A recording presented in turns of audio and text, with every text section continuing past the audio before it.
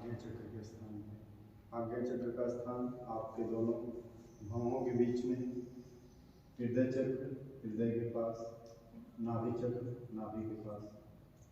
एक बार पुनः सूचना, मोबाइल ऑफ कर दीजिए।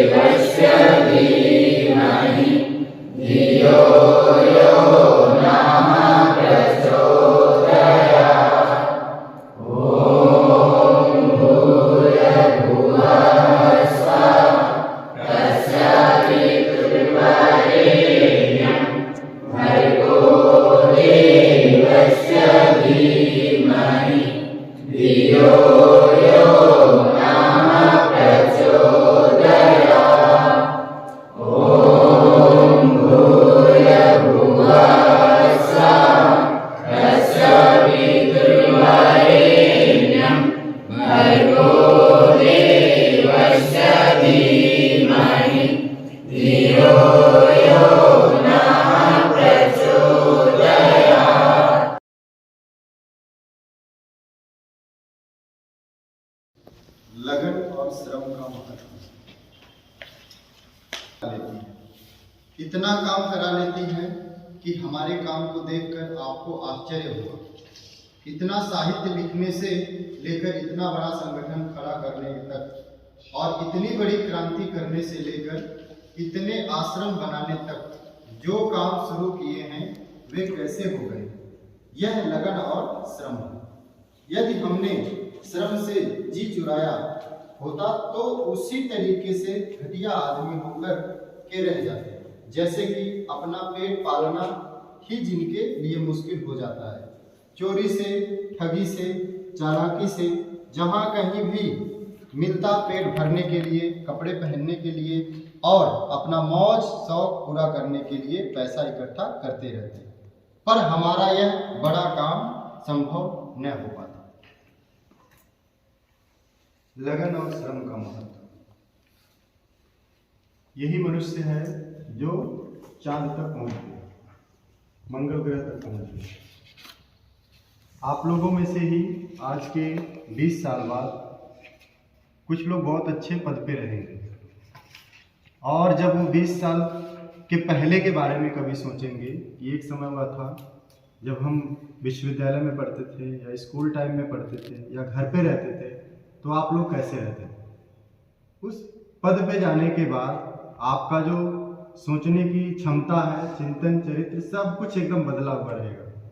तो आपके अंदर सारे सामर्थ्य हैं, ठीक है। अगर आप सही मार्गदर्शन की तरफ चलते हैं तो आपको कोई भी चीज असंभव नहीं है, कोई भी कार्य छोटा बड़ा नहीं होता। जब आप मन स्थिति बना लेते हैं तो उसको पूरा कर ही लेंगे, ठीक है। लेकिन जरूरत है प्रारंभ करने की। साधना हर जगह कहीं न कहीं आपको उस कार्यक्रम को या फिर उस उद्देश्य को पूरा करने के लिए आपका सहयोग करता है, ठीक है ना। तो इसलिए आपको अपने लगन और श्रम को बहुत ज़्यादा महत्व देना है। कोई भी कार्य छोटा बड़ा नहीं होता है। आप अगर उसको अच्छे से करोगे तो उसका अच्छा परिणाम मिलेगा, आप अच्छे से नहीं करोगे तो परिणाम अच्छा नहीं मिलेगा, ठीक है। तो आप हमेशा हर कार्य को महत्व दें और पूरे मनोयोग से, पूरी तरह से 100% उसमें अपना डेडिकेशन के साथ, समर्पित भाव से उस कार्य को करने का प्रयास करें। क्योंकि गुरुजी ने, उन्हीं की वाणी है, उन्होंने कहा 3200 से ज़्यादा भी पुस्तकें हमने लिखे, लेकिन हमें नहीं पता है कि हम ये कैसे कर दिए, ठीक है ना। आज हम लोगों के सामने एक टास्क है, एक छोटी सी पुस्तक भी नहीं खत्म कर पाते हैं, ठीक है ना। 4 पेज 5 पेज पढ़ने के बाद मन हट जाता है। अगर हमें लिखने की बात की जाए तो हम जितना पढ़ते हैं उसका केवल 40% लिख पाते हैं। अब बोलने की बात आ जाए तो केवल 20% हम बोल पाते हैं जितना हम पढ़ते हैं। अगर आपको 3200 पुस्तक लिखने की बात आ जाएगी तो कितने जीवन लग जाएंगे आपको पढ़ने के लिए, ठीक है ना। तो अब वह व्यक्ति कैसे लिखे, कहीं ना कहीं उनको मार्गदर्शन अच्छा मिलता रहा, गुरु सत्ता का उन पे पूरा आशीर्वाद, मार्गदर्शन, परिमार्जन निरंतर होता रहा।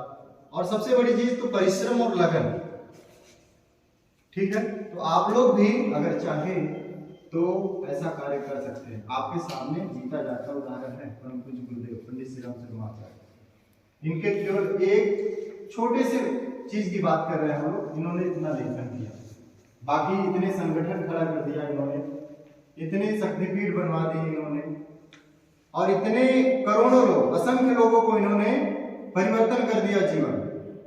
किस तरह का उनका जीवन चलता था लोगों का, और कहां से कहां लोग पहुंच गए।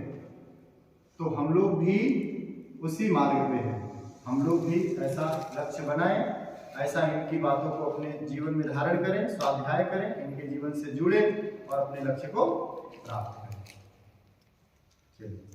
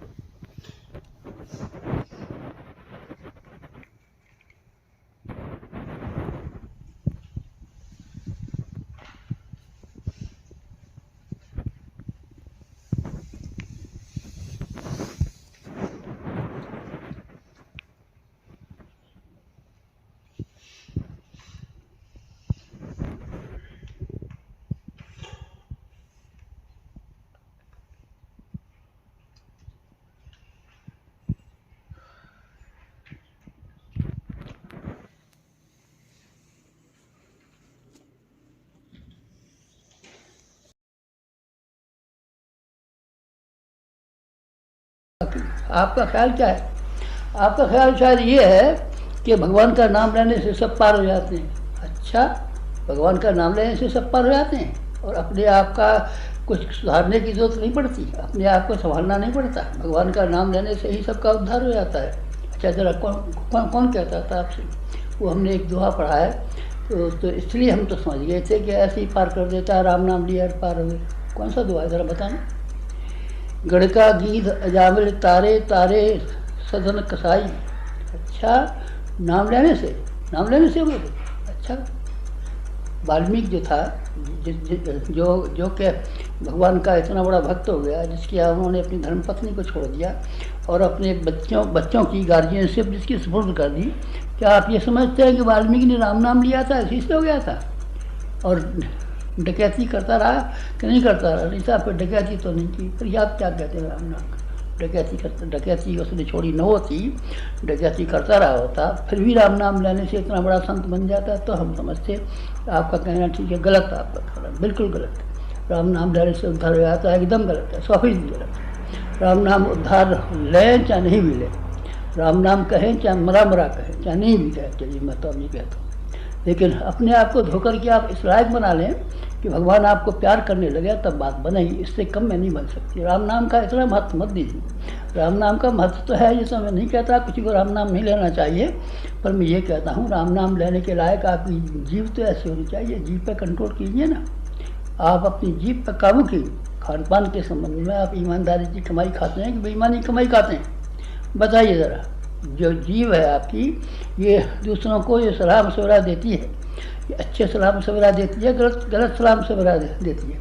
जीभ से आप बहकाते हैं लोगों को कि जीभ से अच्छे रास्ते पर आते हैं, जीव को बताइए ना, धोकर के आपने साफ कर लिया है तो ठीक है, आप जब कीजिए। हमने अपनी जीव को धोया है, जीव को साफ किया है, जीव ने चमत्कार दिखाए हों, कोई साफ वरदान दिए हों तो उसको जीव को साफ किया है। आप नहीं बदलना चाहते, आपका ये ख्याल है कि बाहर के लोग आपका उद्धार करेंगे? अच्छा, आंखें ख़राब हैं आपकी, तो फिर आपको कुछ दिखाई नहीं पड़ेगा। आपको इस संसार में एक से एक बढ़िया देखने लायक चीज़ें हैं, कहीं ताजमहल है, कहीं क्या है, कहीं बाग है, कहीं बगीचे हैं, पर आपकी आँख खराब है तो आप कोई दृश्य देखने में समर्थ नहीं हो सकते। आपके कान ठीक है कि नहीं ठीक है? नहीं साहब, कान तो हमारे बहुत दिन से ख़राब हो गए, तो फिर आप अब कोई व्याख्यान नहीं सुन सकेंगे, फिर आपके लिए संगीत सुनना नामुमकिन है। फिर आप किसी की कथा और प्रवचन का फ़ायदा उठाना चाहें तो ये गलत बात है। आप अपना तो कान ठीक कीजिए ना, सुनाई नहीं पड़ता तो हम क्या करें? नहीं सुनाई पड़ता तो दिखाई नहीं पड़ता साहब, आप तो बस बता रहे थे कि अभी दिन है, सूरज निकल रहा है, तो सूरज तो निकल रहा है, हमको दिख रहा है, तो हमें क्यों नहीं दिखता है? आपकी आँख खराब है इसीलिए नहीं दिखता। और आपको अगर दिमाग ख़राब है तो सारी दुनिया आपको पागल मालूम पड़ेगी, आप सब दुनिया को पागल बताएंगे, ये कहेंगे ये दुनिया बड़ी पागल है, ये भी पागल है, ये भी पागल है, सब पागल दिखेंगे। अपना दिमाग सही कीजिए ना, फिर आपको कोई पागल दिखाई नहीं पड़ेगा। बस फिर इस तरीके से क्या करना पड़ता है कि अपने आप को सही करना पड़ता है, अपना सादा जीवन उच्च विचार के सिद्धांत को काम में लाना पड़ता है। उच्च विचारों को कारण रूप में परिणत करना सिर्फ उसी के लिए संभव है जो कि सादा जीवन जिए, अपने आप में किफ़ायतशाली करे, अपने लोभ और मोह को कम कर ले, अपनी वासना तृष्णा और अहंता को कम कर दे, तब फिर उसके पास शक्तियाँ ही बच जाती हैं। शक्तियों का क्या कम रहता है? शक्तियों को आदमी का मुट्ठी भर का तो पेट है, मुट्ठी भर की ज़रूरत है। आदमी का तन ढकने के लिए 3 गज नहीं 10 गज कपड़ा चाहिए, सोने के लिए 4 हाथ की चारपाई चाहिए, खाने के लिए 2 मुट्ठी अनाज चाहिए। आदमी से तो और जानवर ज़्यादा खाए जाते हैं, भैंसा ज़्यादा खाया जाता है और जानवर ज़्यादा खाए जाते हैं, लेकिन वो तो आदमी की खुराक कितनी है? मुट्ठी भर है। और आदमी कितना कमा सकता है? आदमी के हाथ कितने मजबूत हैं और आदमी की 20 उंगलियाँ कैसी हैं जैसे कि सृष्टि में किसी जानवर को नहीं मिली। उसमें कमा सकता है आदमी, और उस कमाने के बाद में फिर क्या कर सकता है? फिर भगवान की गोदी में रख सकता है। भगवान की गोदी में रखने के बाद में फिर निहाल हो जाता है। आदमी बहुत कुछ कर सकता है, ऊंचे विचारों को कार्यान्वित भी कर सकता है, ऊंचे विचारों को सिखा भी सकता है, ऊंचे विचारों को कोई जीवन में ओतप्रोत भी कर सकता है। कब? जब सादा जीवन हो। सादा जीवन के मानी ये है कसा हुआ जीवन, तपा हुआ जीवन, कसा हुआ जीवन, तपा हुआ जीवन।